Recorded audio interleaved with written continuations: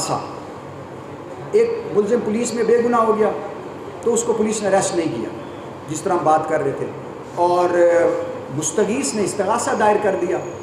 استغاثے میں گواہوں کی شہادت ہوئی اور عدالت نے اس کو طلب کر لیا. اب جب وہ عدالت میں طلب ہوتا تھا تو اس میں 2010 میں بیسیکلی 2005 میں کراچی کے ایک آنریبل جج صاحب تھے رحمت اللہ جعفری صاحب, انہوں نے ایک فیصلہ دیا.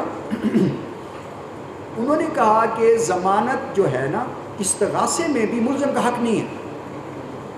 اگر پولیس نے بے گناہ بھی کیا ہے, وہ اگر عدالت نے جب عدالت نے طلب کیا تو عدالت نے سمجھا کہ اس کے خلاف کافی شہادت ہے, تو جب عدالت نے پریما فیشا سمجھا کہ شہادت کافی ہے تو جب اس کو بلائیں آپ اس کو جیل بھیج دیں تو اس کے بعد بیل اپلائی کریں. 2005 سے پہلے ایسے نہیں تھا.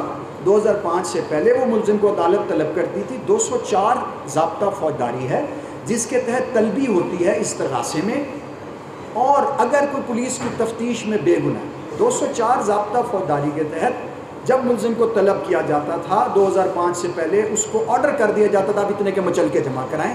سیکشن 91 اس کے لیے 91 CRPC بانڈز کا پورا چیپٹر ہے, اس کے تحت مچلکے کا آرڈر ہوتا تھا. آٹومیٹک بیل ایک ٹرم یوز ہوئی لا میں کہ آٹومیٹک اس کو بیل مل جاتی تھی. رحمت اللہ جعفری صاحب نے رحمت حسین جعفری صاحب نے فرمایا کہ یہ غلط ہے, یہ اس کا رائٹ نہیں ہے. اس کی ریزننگ دی انہوں نے, دیکھیں ریزننگ درست تھی ان کی, میں سمجھتا ہوں. انہوں نے کہا یہ نان بیلیبل اوفینس, بیلیبل میں لے لیں آپ اس کی نان بیلیبل اوفینس میں آپ اس کے وارنٹ جاری کرتے ہیں. کورٹ اگر کسی کو طلب بھی کرتی ہے اس کی 3 سٹیجز ہوتی ہیں, 3 آپشنز ہیں. اگر آپ CRPC کا شیڈیول ہے جس میں لکھا ہوا ہے اس دفعے میں آپ سمن کریں گے, اس سیکشن میں جب ملزم ہوگا اس کے آپ بیلیبل وارنٹس, اس کے نان بیلیبل وارنٹس. تو اس کو انہوں نے انٹرپریٹ کیا. مرڈر کیس تھا, انہوں نے کہا murder case is a serious offence, naan bailable ہے, وارنٹس ہیں. جب ایک بندے کے میں نے وارنٹس جاری کیے ہیں تو میں اس کی بیل کیسے لے سکتا ہوں؟